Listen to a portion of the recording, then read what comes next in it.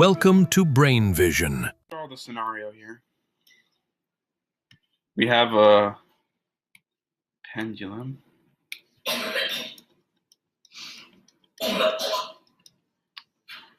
And we're going to say that this is the length of the string.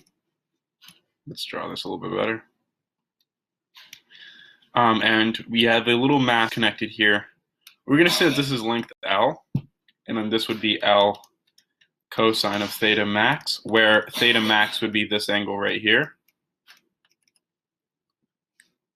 And this height right here would be h equaling L minus L cosine of theta max. So we can say that the potential energy would be equal to the kinetic energy. And the only potential energy we have initially is the gravitational potential energy, so mgh. And this would equal half of mv squared, mv max squared.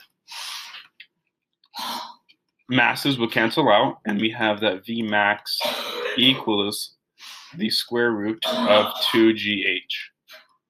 So v max is going to equal the square root of 2gl times 1 minus cosine of theta max.